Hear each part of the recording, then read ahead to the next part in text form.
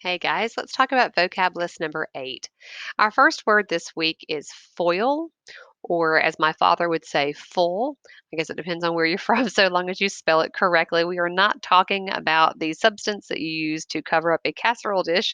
We are talking about a character who contrasts, who is opposite from the protagonist to highlight particular qualities. So for this one, I would pull up a couple different ones from the past. I would pull up from Romeo and Juliet. Romeo thinks a lot. On the other hand, his best friend Mercutio just does things that come into his head. Or again, from Romeo and Juliet, Juliet, who's so sweet and so pure and so innocent and so believing in love, whereas the nurse tells ribald jokes all of the time, constantly. They are fools of each other. Contradictory is an adjective. It simply means mutually opposed or inconsistent. So you can have contradictory ideas. Teasing can be both an action, it can be a verb, it can also be an adjective.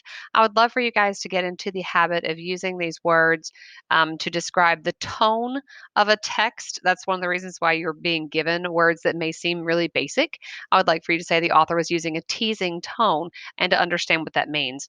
To make fun of or attempt to provoke in a playful way. Again, you're not taunting them. Taunting them means you're making fun of them, like to hurt them. Teasing is like you're being playful.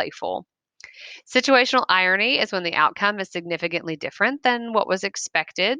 Situational irony frequently shows up inside of text that we read. Pleading, again, it can be both an adjective, it can also be a verb. Impassioned is an adjective that means filled with or showing great emotion.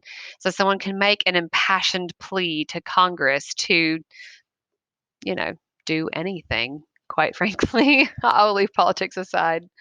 Foreboding is an adjective. It sounds very similar to foreshadowing, where you are telling events that are going to be coming. For foreboding, it's like you can feel something coming, and the something that's coming is not good, it's bad.